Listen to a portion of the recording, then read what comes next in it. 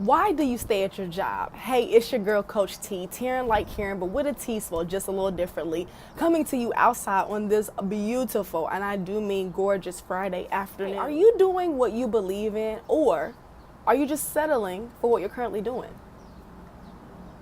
I ask this question because every day I wake up, I always wonder, why do people stay at their job? Why is it that some people stay and some people will leave, but the majority of people will just stay at a job that they hate? I get up on Facebook and I look and I scroll through my timeline and I see, oh, I hate my job. Oh, if I didn't have to go to this job, I swear I'd quit today. Man, if I didn't need this money. I see all these things of people talking about their job, and I often wonder, why do you stay? Are you doing what you believe in, or are you just settling? So I want to put a scenario into your head. And let's say that you're at the grocery store. You've went and you just got 5 items. You went to the grocery store and you're now ready to check out with your 5 items.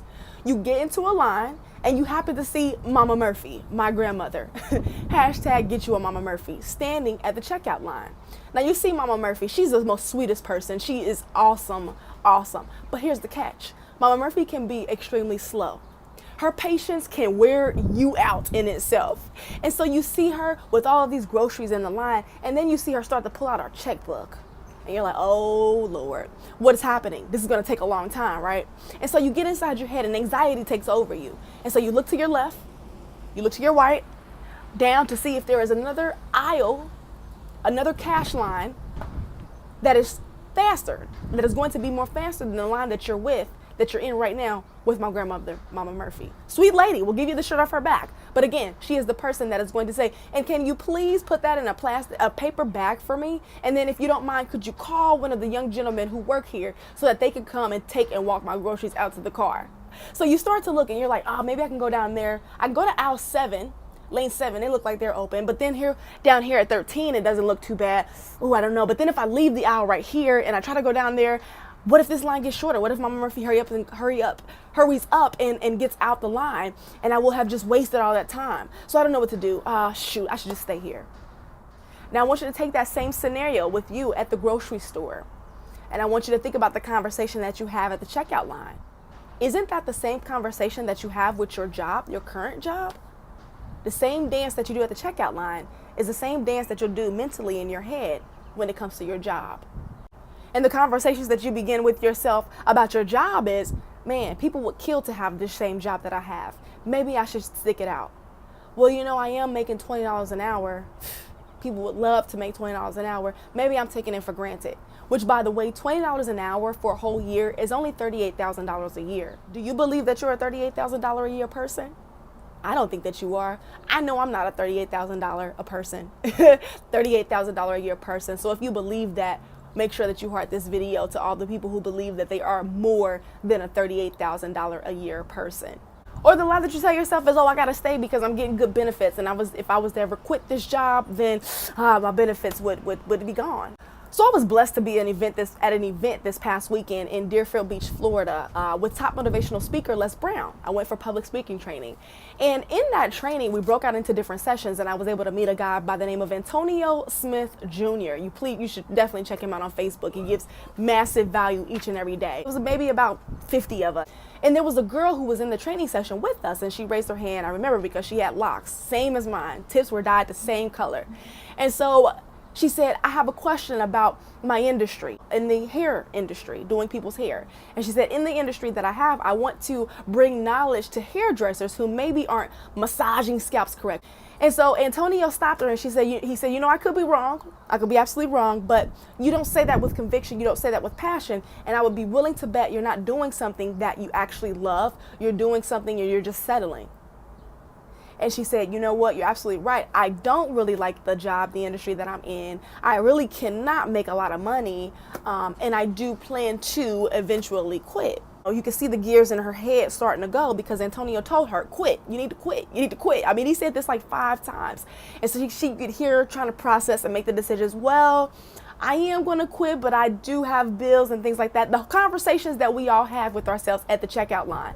Anytime we want to make a decision, we start thinking a whole lot. And usually those thought processes come, we start thinking about reasons why we can't instead of reasons why we should or can't or could. And so here was the silver lining to that story. Maybe 15 minutes after Antonio had challenged her and encouraged her to quit, she took her phone out and she had it in the palm of her hand and raised it up. And she said, okay, I just quit my job. And we all applauded her at this Les Brown conference because she took a risk. She took a chance and she quit her job. And so because of that, Antonio Smith Jr. then gave her his $44,000 training program absolutely free. And then she was speaking of how she was in process to convert a bus into something that her and her family could live in. You see, she took a risk and she was willing to do the things that other people refuse to do in order to have tomorrow other things that people won't have. It's about taking a risk. And I ask you, every time that your life has improved or it's been enhanced, was it because you took a risk? I don't have to know you. I don't have to know your story to know that every time your life improved, every time you made more money, every time you got the thing that you wanted to get, it was because you took a risk. You took a chance. I left my job of AT&T. I was working for corporate. I've had 25 jobs since the age of 16. Okay, I'm not proud of that, nor am I ashamed, because I learned my worth. I learned my true value. And I was working for AT&T. And they shorted me $400 on my check, and I couldn't pay my rent, and I was faced with an eviction notice on my door. And I would go to AT&T every day. Hey, Ryan, I didn't get paid. Talking to my manager, I didn't get paid today. Oh, Terran, we're going to send that letter off to HR. I'll have an answer for you tomorrow. Wake up the next day. Hey, Ryan, I didn't get paid. Is anything going on? Nope. Hey, I actually forgot to send that letter. Come back to me tomorrow. We'll make sure to get you taken care of. I go home, and now I'm taking it personal because I have the eviction notice on my door, and nobody seemed to care that I was not getting my money. See, having a job is it's a source of income, but it's a source that will not make you wealthy. It will not make you wealthy. And so I decided that that would be the last job. AT&T would be the last job I let be responsible for cutting me a check. And I work full-time for myself now. But you see, nothing great ever starts without you taking a leap of faith, without you taking a risk. You get so much more reward when the risk can be big. So the job that you're currently at right now, can it make you rich? And I ask you, when's the last time you got a raise? I remember I got a 50-cent raise. After I had worked for this company as a telemarketer for over a year. 50-cent raise. I'm worth more than just 50-cent year raises. So what lies do you then begin to tell yourself as you're trying to make that decision if you should switch jobs? Oh, well, the devil I know is better than the devil I don't know. Oh, maybe the grass isn't as green on the other side as it is right here. And that's the problem, is you're afraid to see if going to the other side actually is greener. I better stick to what I know. Again, that's the problem. Fear what you don't know. Because you've stuck to what you know, this is why you're at the same spot in life that you are in. So I'll leave you with this.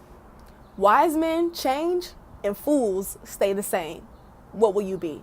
Hey, be sure to check out the links in the description box below to see if what I have going on, to see if this opportunity will work out for you. I don't know. Maybe it will, maybe it will not. But for more information, please make sure that you click the links in the description box below. It's been an awesome pleasure speaking with you. Again, this is Coach T. Terran, like Karen, but with a T, spelled just a little differently for those of you who don't know me. Have a beast day. Please make sure you're working on all your goals, all your dreams, and living life with a purpose, because that is the only thing that matters. Make sure that you hit subscribe.